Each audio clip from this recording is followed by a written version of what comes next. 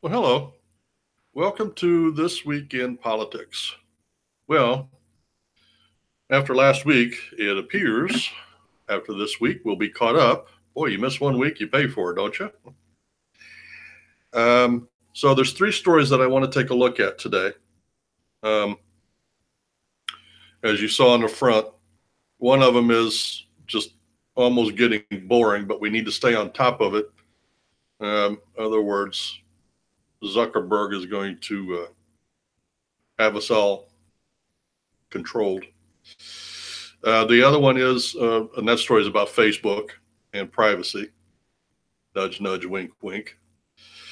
Um, the other one is about Speaker AOC, which is a tongue in cheek title, appropriate and a bit premature, but prophetic. And then the last story that I want to talk about first is the way I put it on the front was "Here come the judge." Is and for those of you that are old enough to remember, there used to be a skit by a comedian on TV, and one of his famous lines was "Here come the judge, here come the judge." Well, I knew that if I put the title "Packing the Court" on there, that would raise eyebrows with YouTube. So I put it in a cute little saying. And once we're in here, we're going to talk about the Democrats' plan, and most of them are on board with this, of packing the court. Well, what do I mean when I say pack the court? You know, the average person, if you say pack the court, let's say there's 9 Supreme Court judges. That means to most people, it means that every judge that comes up to open, you put in your judge so that over time, you will pack the judge with the judges that you want. That's what most people think it means. It does not. What we're talking about is something very, very sinister. And it's been tried one other time in recent history. And it was also done by a Democrat who wasn't getting what he wanted. Now, what they do, and the other Democrat was FDR. And what he wanted to do, and what he tried to do, was to raise the number of judges from 9 to, I think he wanted 18 or 17. I mean, and he was going to put in all liberal judges on the court. That way, the new ones he put in, plus the ones that were already there, he'd have a majority. That's the goal here. So, let me explain why this is so irritating to me. Since the late 60s, early 70s, the Supreme Court, by and large, has been liberal. They have given us legalized pornography. They have given us homosexual marriage. They have given us community properties. They have given us easy divorces. They've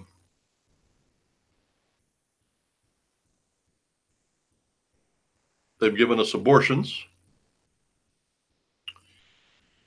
And through that time, for the last 40 or 50 years, we as conservatives have had to just take it because conservatives are rule players. We play by the rules. There's 9 judges. If we want them, we need to elect a president and have some liberals die or resign and that's how it's done. And we know that.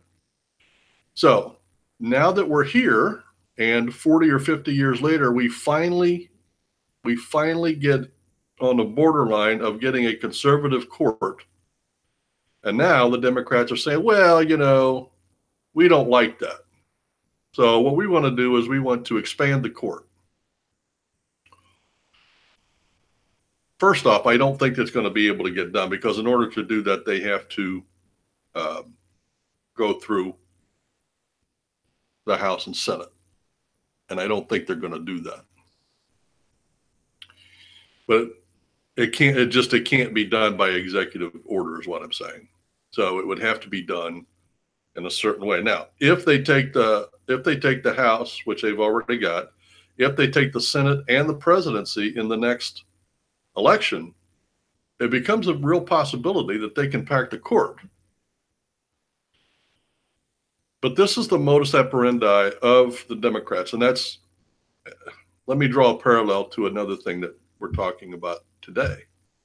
We're talking about, in another news story, they're talking about Trump's emergency order. And this week we had 12 rhinos vote against our president of the same party. And their whole logic was, it may be legal, but if we employ this to get the border wall, then when the Democrats come into office, they'll use it to get, whatever they want.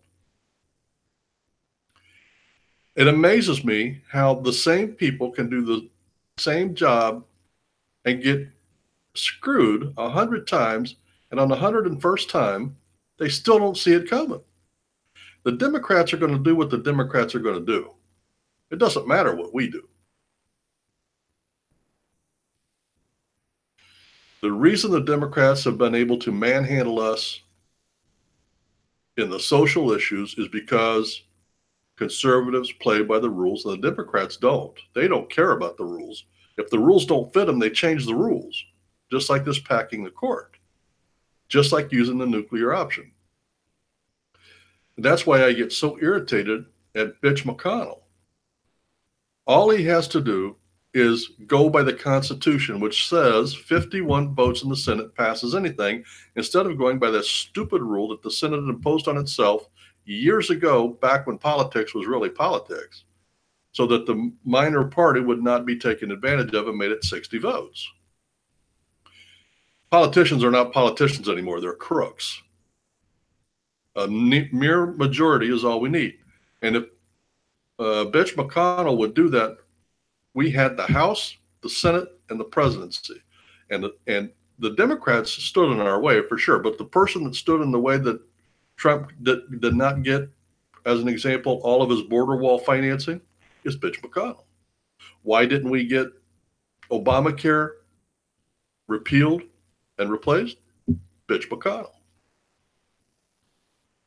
Now, every time I complain about him, I always issue this caveat. He has done two things really, really well. He's managed to get a record number of judges approved by the Senate and out. And that's going to be Trump's legacy, by the way, I do believe. As much as I'd like for it to be the taxes and the budget that I'm sure he's going to cut. But I think it's going to be the judges. And the other, let's see, what was the other thing he did? The judge, and the tax cut. And in both of those instances, he used the nuclear option, which means mere majority.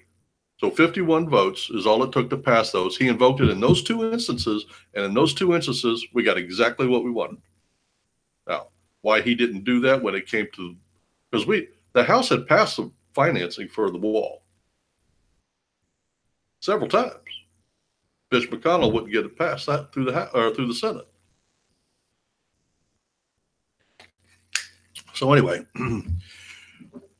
I found this article about, and it's called the Black Robe New Deal, which is kind of a takeoff on the Green New Deal. But I want you to see how important this is about packing the court. And it starts like this. Another idea from the resistance left is fast going mainstream in the Democratic Party, packing the Supreme Court. Last week at Yale Law School and Columbia University, no less a progressive potentate than former U.S. Attorney General Eric Holder, AKA when they're down, we kick them, suggested that the next Democratic president should consider adding to the High Court 9 justices. See, they're going to try a repeat of Franklin Roosevelt. Given the Merrick Garland situation, Mr. Holder said, the question of legitimacy is one that I think we should actually talk about. The Merrick Garland, for those of you that don't know, that was the Supreme Court nominee that Obama put up his last year in the presidency, and the Senate would not hear it because they felt that the incoming president should have that call. That's the way it's been through history, not just this one time, but they're going to use this one time to justify what they want. We should be talking even about expanding the number of people who serve on the Supreme Court. There's a Democratic president and a Congress that might be willing to do that. He's referring to Senate Majority Leader Mitch McConnell's 2016 decision to let the president-elect that year nominate the justice to replace Antonin Scalia. Barack Obama nominated Judge Garland after Mr. McConnell's announcement, but Mr. McConnell held his position and never allowed a vote. The electorate chose not to punish Republicans for this, perhaps because they knew Democrats would have done the same had the situation been reversed. Of course they would. Senator Chuck U. Schumer, championed the No More Justices strategy in the final year of the George W. Bush administration. See, it started with them. And then when we do it back to them, then they cry foul. Typical. A president last tried to pack the court in 1937. Vexed by high court rulings against his New Deal programs, Franklin Roosevelt proposed legislation to let him name up to 6 new justices. The gambit was widely viewed by historians as an ill-advised power grab, and Southern Democrats killed it in the Senate. But this isn't your grandfather's Democratic Party, which is what I said earlier. These are not politicians, these are crooks. And the idea of creating new justices has been percolating on the left for a year or more, ever since Trump came into office and got 2 picks. And with a little bit of luck, he's going to get 2 more. Harvard Law professor Mark Tushnet and Lawrence Tribe favor the idea. The time is overdue, Mr. Tribe said last year, for a serious, considered plan of action by those of us who believe that McConnell Republicans, abetted by and abetting the Trump movement, have prioritized the expansion of their own power over the safeguarding of American democracy and protection of the most vulnerable among us. Nothing like packing the judiciary with ideological allies to safeguard democracy. Okay. There's a whole lot wrong with that statement. First off, we are not a democracy. We are a representative republic. We have 9 justices representing us. Adding 6 more is not going to give us any more representation. That's an excuse. It's a straw man designed to justify their position. So we have no American democracy. And protection of the most vulnerable among us. How is adding 6 people to the Supreme Court going to change that? What he means is so that we can get the Democrat agenda through. Democratic presidential hopeful and former moderate Kristen Gillibrand says she's open to court packing, and so is South Bend Mayor and likely presidential candidate Pete Buttigieg. Look for the notion to spread. If Democrats retake the House and Senate in 2020, it's hard to imagine they'd resist a court-packing plan in an Elizabeth Warren or Kamala Harris presidency. And there is what I was talking about. That's the worry. Having dominated courts for decades, progressives can't abide that the highest court might no longer be engine of progressive policy. And there is a true statement. The Democrats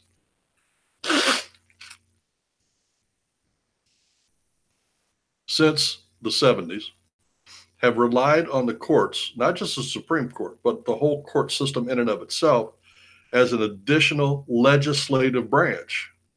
You know, in the 70s and 80s, we had the phrase legislating from the bench, which is exactly what these left-wing judges were doing. You know, if something came up and they didn't like it, they just changed the rules. And in this statement here, it comes out to be exactly what he's saying. Might no longer be an engine of progressive policy. Donald Trump's determination to nominate highly qualified and principled judicial conservatives has heightened their panic. Yeah, highly qualified and principled. What if you are an American, why is that worrisome to you? To have a judge that's highly qualified and principled. Why is that an issue? It's not. It's the next one, conservative. That's what bothers them. Never mind that they have put on left-wing liberals for decades. I mean, Ruth Bader Ginsburg was appointed by Clinton. And she's just about dead. I mean, every picture you see of her, she's stooped over. She's 89 years old. And she has determined that she's going to sit there as a corpse, if she has to, until Trump is out and a Democrat gets in the White House. Well, let's hope that's at least 6 more years, in which case she'll be 95. I think, and I haven't given this a lot of thought, but I think there's going to have to come a time when somebody is going to have to tell some of these judges, you know, you're 90 years old, okay? It's time for you to go. I know it's a lifetime appointment, but we never counted. When it was a lifetime appointment, the average lifespan was 65 or 60, actually. No, actually, that's not true. The average male lifespan and that time and date was around 40. And then it has gradually grown. They had no intention of somebody staying on the court till they were 95 years old. I mean, come on. And then when you can't even sit up straight for a picture with the Supreme Court, you need to go. It's time for you to retire. This article concludes by saying, we've tried to explain that conservatives generally don't view the judiciary as an ideological weapon in the way progressives do. That's a true statement. And that conservative judges aren't inclined to legislate from the bench. Again, a true statement. But Democrats are in no mood to listen as they advertise their plans to violate democratic and judicial norms once they regain power.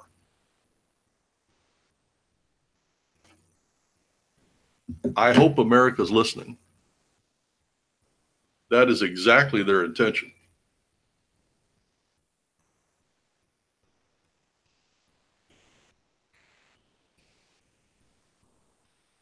If you look at the Democrats' agenda, they have gone so far left.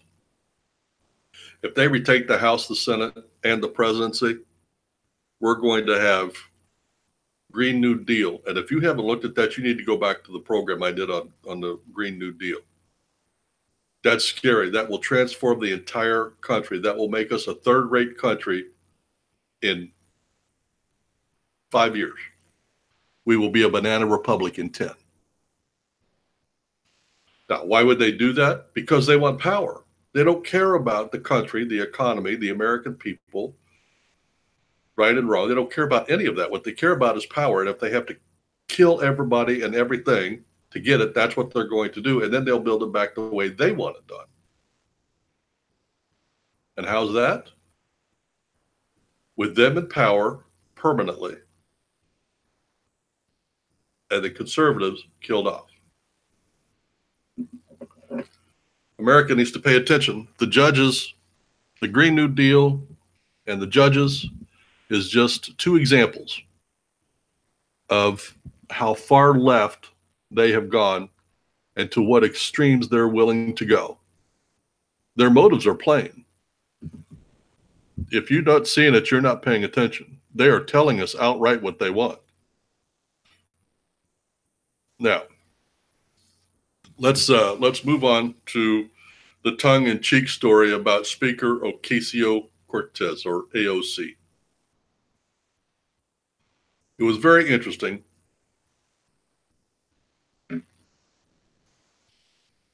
This last week, the House, well, let me back up.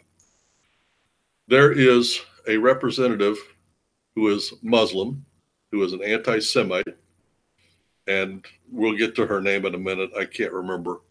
Iliad something. And the whole thing started because she got called out and the House was going to reprimand her by passing a bill saying, you know, mentioning her and saying, you know, we're not anti-Semites, blah, blah, blah. She spoke out. AOC spoke out. And not only did she speak out, but what she said was, now I want you to, okay, this AOC is a freshman in the House. Okay, she's been in office 2 months. Speaker Pelosi, who I don't like, Spit Bucket Pelosi, she's been in there for decades and she needs to go. And I agree with that. But she is the Speaker of the House. Duly elected, by the way. So AOC says, we're not going to do that. And for every Democrat that does that, that votes to chastise this girl, I'm going to take your name and district and I'm going to make it my personal goal to run somebody against you that's more liberal in the primaries. And we will, it's called primary. We will primary you. She's threatening her own party with retribution nationwide if she doesn't get what she wants. She got what she wanted. They spent a week, the House Democrats, they spent a week going back and forth and watering it down into where what came out was just something so watered down it meant nothing. Well, AOC and this Muslim took it as a victory. They took a victory lap. And now they're just out promoting it blatantly. Don't be surprised if either Paul Ryan or John Boehner has put in an empathy call to current House Speaker Nancy Pelosi this week. Paul Ryan and John Boehner both got kicked out of their party by the conservatives, because they were too establishment and they were not doing what the majority of the House wanted. The former Republican House speakers know all about willful backbenchers and Democratic representatives. Ilhan Omar, that was her, and Alexandria Ocasio-Cortez make the GOP Freedom Caucus look like powder puffs. That's true. Now, the difference between Paul Ryan and John Boehner and Nancy Pelosi is the two Republicans, there was 25 to 30 conservatives and enough on the margin to make, see, just 25 in the House, if your margin is less than 25, can control the power. So they were not giving, they were going absolutely against these two speakers because, okay, from Obama all the way back to Reagan, it has been a slow progress where nothing but mainline Republicans were being elected. The conservatives were slowly but surely losing our place at the table. Then the Tea Party happened. And they made a nationwide effort to elect conservatives to the House and Senate. Well, under Obama, we got, like I said, I think it was around 25 hardline conservatives. That was enough to control the swinging of power. And they made enough of a ruckus that these two speakers had to leave. In the Democrat Party problem with Nancy Pelosi, there's only two people, Ilhan Omar and AOC. Just two people are changing the way the Democratic Party power structure is being viewed and handled up there. That's the difference. I mean, there's a little bit of a comparison, but not much. This week's amazing House revolt involves a leadership attempt to discipline Ms. Omar for her latest vile anti-Semitic slur, as Democratic Representative Eliot Engel described the comments she made at a public forum last week. Referring to the U.S.-Israeli relationship, Ms. Omar said, "I want to talk about the political influence in this country that says it's okay for people to push for allegiance to a foreign country."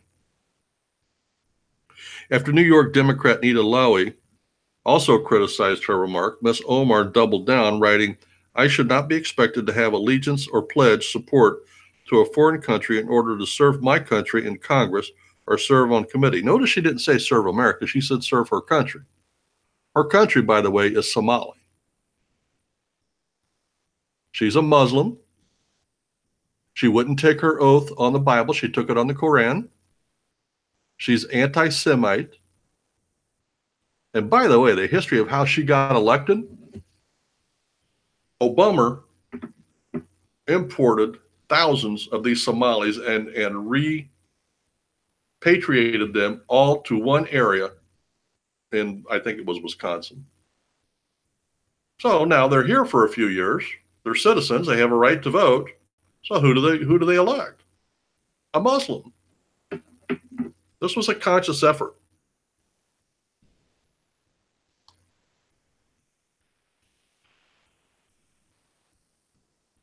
Accusing American Jews of putting allegiance to the Jewish state above loyalty to America is an anti-Semitic classic.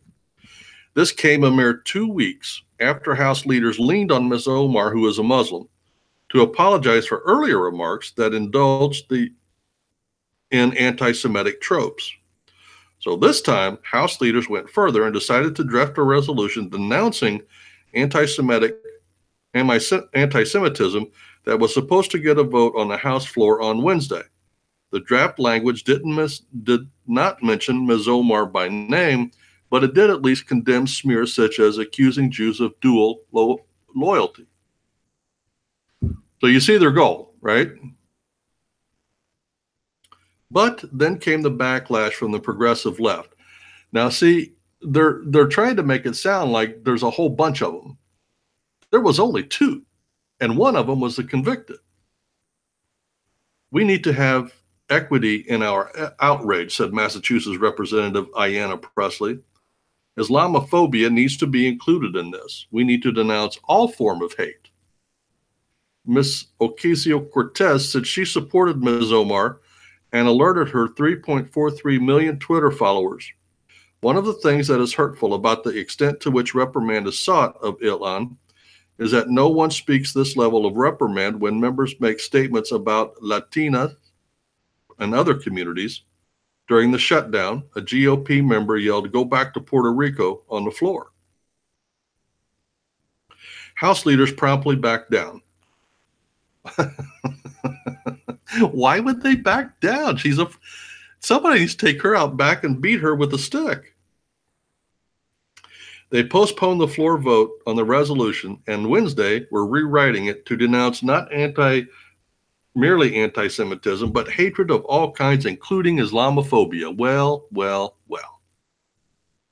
So not only are we not going to reprimand her for anti-Semitism, but we're going to support her by saying you can't even hate Islamophobia. She's from Islam.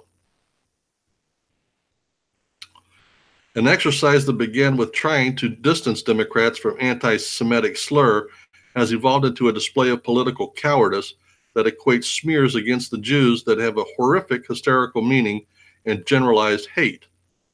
Thus, does a specific hatred get consumed and trivialized in today's Democratic identity politics. And Ms. Omar can keep her Foreign Affairs Committee seat. She's an anti-Semite sitting on the Foreign Relations Committee.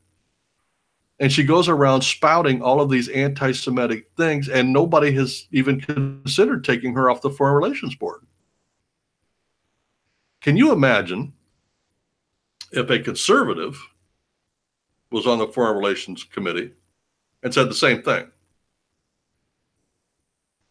They would be taken off of there so fast it'd make your head spin.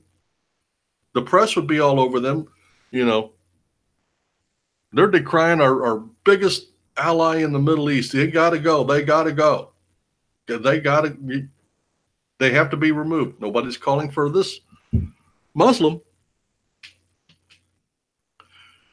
It ends by saying the most important question after this moral fiasco may be who's really the Speaker of the House, Ms. Pelosi or the young radicals led by Ms. Ocasio-Cortez? It's obvious to me.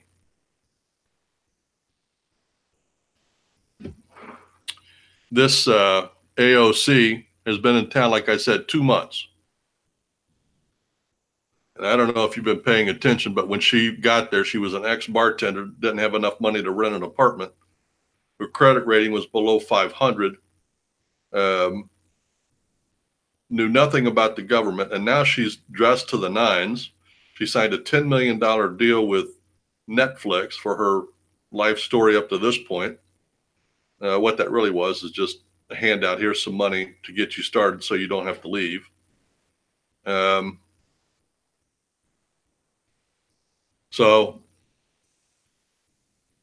she's 29 years old, 28 years old, 28 years old. And she's got the leaders of the Democratic Party bowing down, scraping. Now, the deal that Pelosi made to get the votes to be the Speaker of the House was that she would serve one term and then be done. She wouldn't run anymore. As soon as her term is up, if the Democrats, well, whether the Democrats are in control of the House or not, they're going to need a leader. So, Ocasio-Cortez, AOC, if her district doesn't get rid of her, which I don't think they will, she will be the next speaker for the Democrats, either majority leader or minority leader, but she will be the leader. I have no doubt at all about that. It speaks to a terrible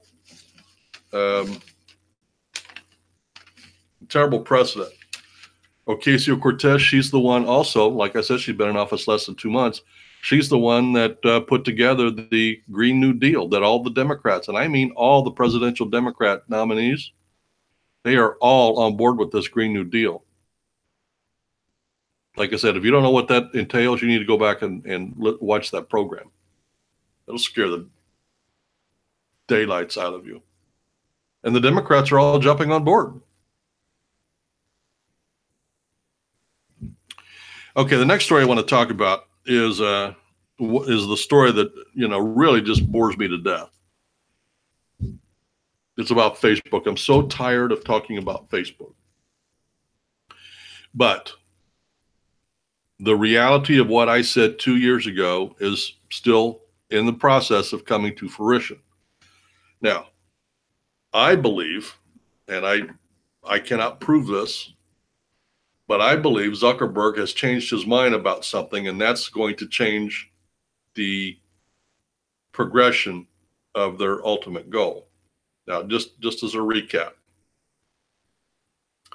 3 years ago, before Trump was president, Zuckerberg was asked about policing Facebook, and he said, that is not our job. It's an open forum. We are not the content police. Everybody was satisfied with that. We moved on.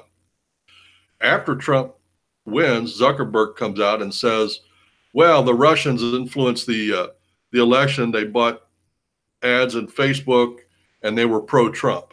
Okay, that wasn't true. That was an excuse. And Russia groups did buy some Facebook time, but I think the total amounted to like $1,000, $2,000, something, some peddly nothing.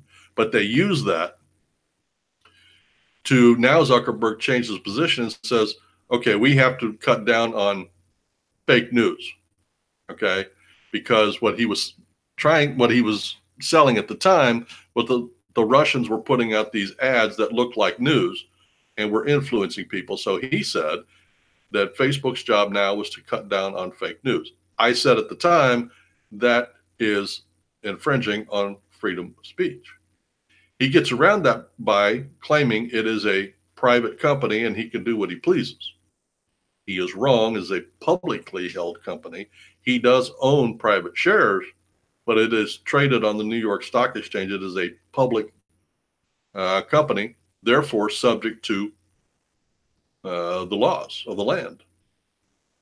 So after Trump gets elected, Zuckerberg, and there was an article in the Wall Street Journal that said this, Zuckerberg wanted to run for president in 2020. So he mapped out a policy, in my opinion, that would shut down the conservative voice on social media.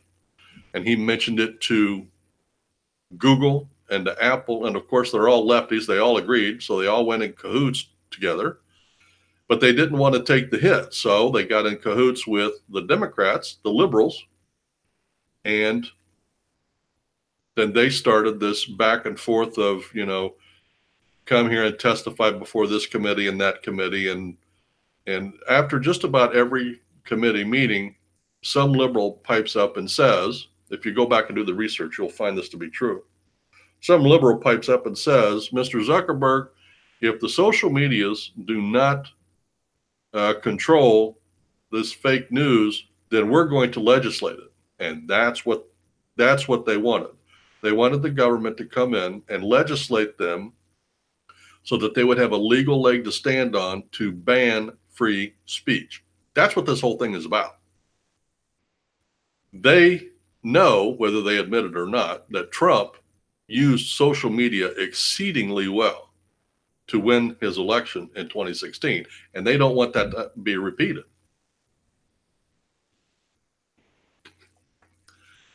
And up until very recently, they were on the same level to get that done.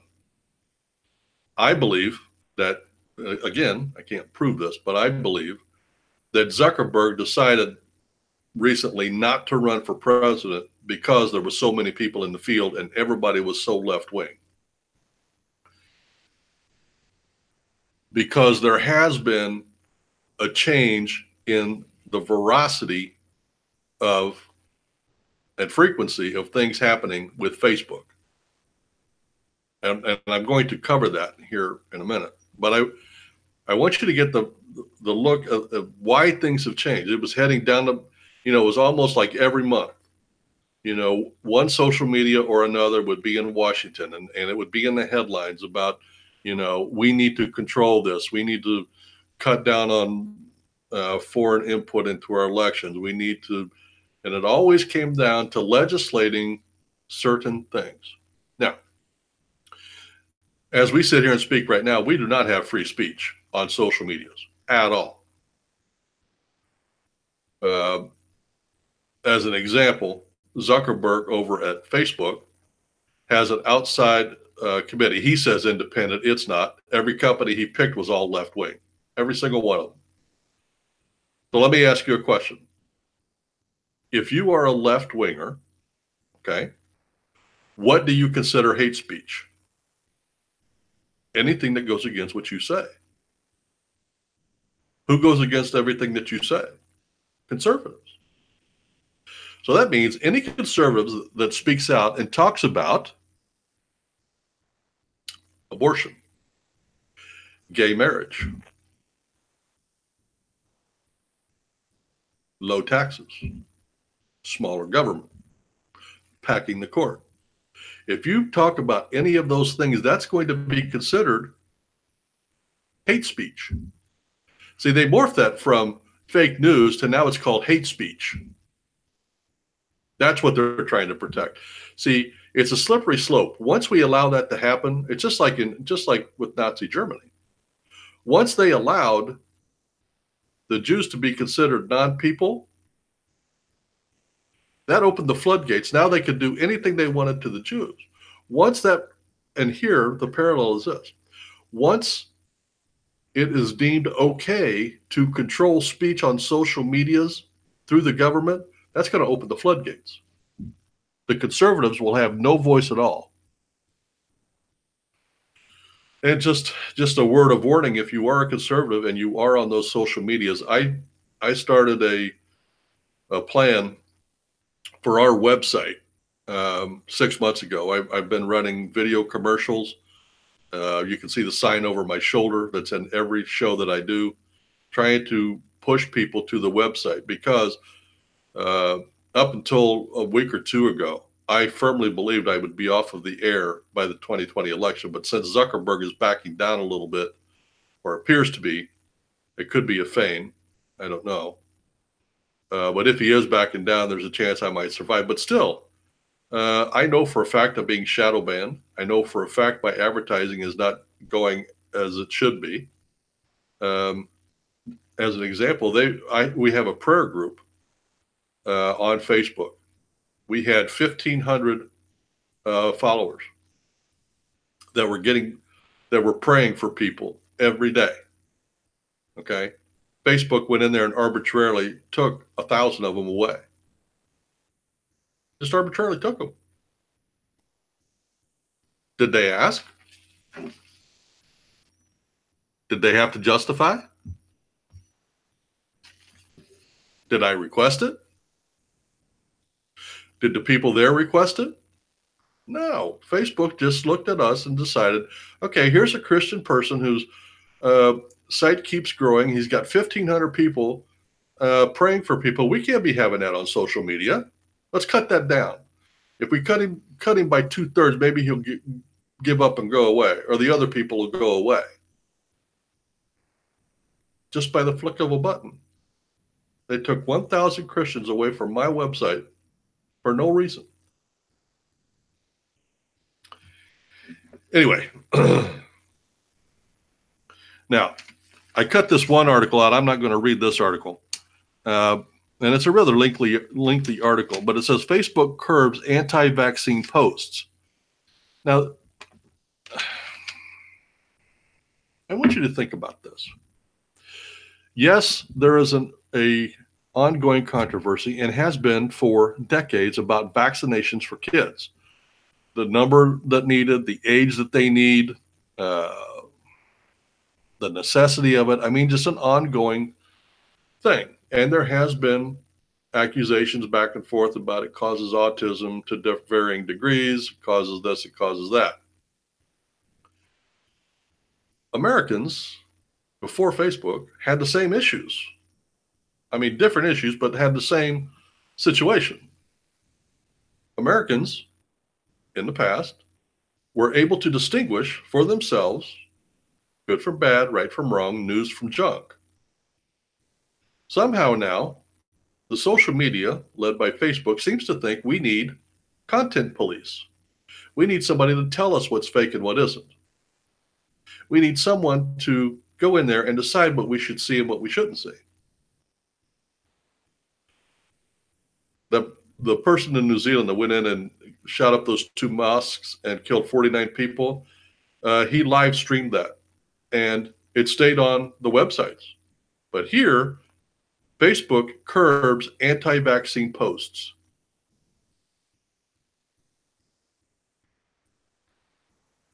As Herman Cain would go,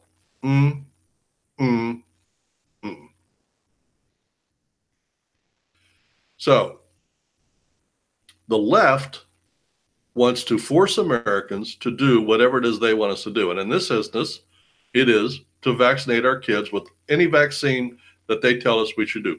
I haven't done the research. I'm not going to take a position. I don't know the position, but I know this. Americans should be able to make up their own mind, and the government should only require vaccinations that will protect against communicable diseases. Mumps, measles, rubella, whooping cough. I mean, these are things that you can catch from other people. They need to be vaccinated. They need to be mandated. I agree. But other vaccinations that protect against, what's the one for the girls that they were pushing? That's not necessary. You do the research on what causes that, and all the girl has to do is don't do that, and they won't get it.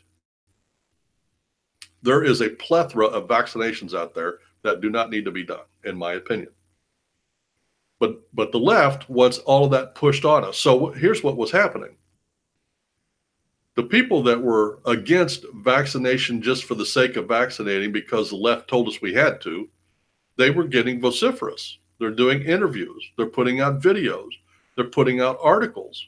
And Facebook decided we can't have that. Again, cutting off the voice of the conservatives and the right. Facebook decides to curb anti-vaccine posts. Who do they think they are? See, this is the problem. This is the slippery slope. Today, Facebook decides it's anti-vaccine post, and it's posts from accounts from Russia. Next year in the election, it'll be Facebook decides to curb ultra right-wing as hate speech. Now all of a sudden, conservatives got no voice. Where do you call it a quits? Where do you say, okay, this point and no further? You can't. And that's the problem. You need to not go down that slippery slope. Somebody needs to take Facebook to court and say, you can't do that. But they're not going to. Because Facebook has got an endless pocketbook. Anybody that goes against them will be bought off, shut up, or stalled out in the courts, who are all left-wing, by the way, which is another reason the left is all over Trump and the court deal. So the reason that I cut this article out was to show you that the slippery slope. If I wanted to, I could make a sound argument for censoring certain material on Facebook. As an example, pornography. I could make a good argument why that should be left off of Facebook. And it's not, by the way, because the left calls that freedom of speech. And in a bizarre way, it probably is. But I could make an argument that we should control that. But I'm not going to. Why? Because I believe that Americans have a brain. They're not stupid. They have morals. They can make up their own mind. They don't need somebody telling you what you can and can't do. I do not need the government telling me what I need to be vaccinated against just because they want it. I don't need a social media or a government telling me what ads I can and cannot see on Facebook. I will make that decision. And I will decide for myself what is fake and what is not. I may be right, I may be wrong, but that's not the point. The point is, I will make that decision. I don't want you to make that decision for me. That's the slope that we're on. The social media and Facebook and the liberals in Congress all want to put us on that slippery slope, because once we're there, today is anti-vaccine post. Tomorrow, it's conservatives who talk about abortion or packing the court or gay marriage. We can't have that. That's hate speech. If you're against gay marriage, they could very easily label that hate speech. It has nothing to do with hate. That has to do with sin.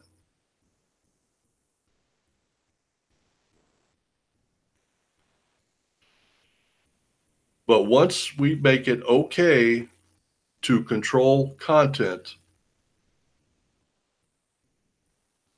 conservatives and Christians and Republicans lose every time. You don't believe me? Look at the mainstream media right now. ABC, CBS, NBC, CNN, MSNBC, Washington Post, Huffington Post, New York Times. All the major outlets are all ultra left-wing. The content that you get in your newspaper and the majority of what you get online is all left-leaning. Even the Wall Street Journal, which used to be a bastion of conservatism, they got bought out, and it's very, very subtle right now, but they are left-leaning for sure. So every article that I read from there now, I have to pay close attention to the leanings of it and the tintings of it. Now, the last article I want to talk about is called Privacy Doesn't Mean Privacy from Facebook. Mr. Zuckerberg has outlined a new vision for Facebook Inc. Remember I said, I think in the last couple of weeks, he's changed his mind about running for presidency. This is the outcome that he says is focused on privacy. It is a major shift in direction, but it doesn't mean what you think it means. What the Facebook chief executive's manifesto really promises is a more tightly integrated version of Facebook's various apps and services, cloaked in the raiments of privacy, but in fact, continuing to operate in contradiction to it. Facebook would still gather data from its existing sources, the core social network, its Instagram app, a web-wide tracking system, and countless apps that sometimes send the company deeply personal information, but also increasingly for messaging apps. These would double as interfaces with businesses and eventually usurp the functions of our credit cards and digital wallets. He mentioned payments in his note 4 times. Mr. Zuckerberg understood long before most of us did that the public sharing that made his business so successful was a fad. The price he paid for WhatsApp was $22 billion, seemed like a multiple zero typo, but now it is considered a precedent investment. Recent data from Edison Research suggests Facebook's primary social network has lost an estimated 15 million users since 2017 in the US alone. That doesn't have anything to do with the privacy. The majority of that is conservatives and Republicans leaving because of their policy of shutting us down. Most of those are in the coveted 12 to 34-year-old demographic. Yet Facebook's most recent quarterly report shows the company at the apex of its power, earning record profits and growing its overall user base as people shift to Instagram and WhatsApp. It's clear Facebook must follow its users to the services that they are turning to as alternatives to its flagship. And there can be no doubt that internal numbers, some of which Mr. Zuckerberg referenced, show people devoting more time to messaging, small groups, and ephemeral posts like Instagram stories. See, most people are unaware that Facebook owns Instagram and WhatsApp. So what they're saying here is, once again, Zuckerberg is being a liar. He's claiming that he's making changes for privacy for Facebook. That's not true. What he's doing is he's taking Facebook, Instagram, WhatsApp, and then another app that goes the complete web search, and he's tightening them all up so that they work very, very closely together. And I'm sure you've heard the stories, and I know for a fact that this happened with me. First off, on my laptop, I have a little piece of paper over my camera. And I always thought that was hokey, but I saw something on Facebook where they had 3 pictures of Zuckerberg from Facebook, the guy from Twitter, and the guy from Bezos. And they showed pictures of them in their office. And if you looked really closely, you could see that each one of their laptop had their camera covered by a little piece of paper. That showed me something, so I did it to mine. About 2 months later, I had my laptop open, and I was talking on the phone to my daughter, and we were talking about, and I don't remember the specific item. Let's just say we were talking about cars. We weren't, but whatever we were talking about. The very next day, and I've never gotten an ad for a car, ever. The very next day, I had a half a dozen ads at least on my feed about buying new cars. Coincidence? I don't think so. That's scary. And they're going to tighten that up. So I think about that. If they could do that with Facebook and they integrate all of these together, it is theoretically possible that if they heard me say I was in the market for a new car, I could have every subscriber in the country or in the state of Illinois sending me information on my feed, burying me with information about buying a new car. And Facebook is getting a cut off of see, what they're doing is they're selling the information. So every car dealer in the country would have access to Facebook. And Facebook would take it, and they would start with the city that I live in.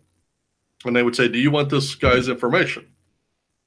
So they give us, and Facebook says, give me the money, and I'll give you the guy's contact information. Then they go to the county, then they go to the state, then they go to the nation. And so from one conversation on my laptop, Facebook is going to make groups of money. That's what's going on here. That is not privacy. He's calling it privacy, but it's not. I can hold a hot dog up and tell you I'm going to eat this because it's going to taste like a hamburger. It's a great hamburger. It's going to have all kinds of things on it. We're going to make it a great hamburger. Hey, people, it's a hot dog. He's going to call us, it's privacy. We're watching out for you. We don't want anything, our information to get out. We want you to have privacy. People, wake up. This is anything but privacy.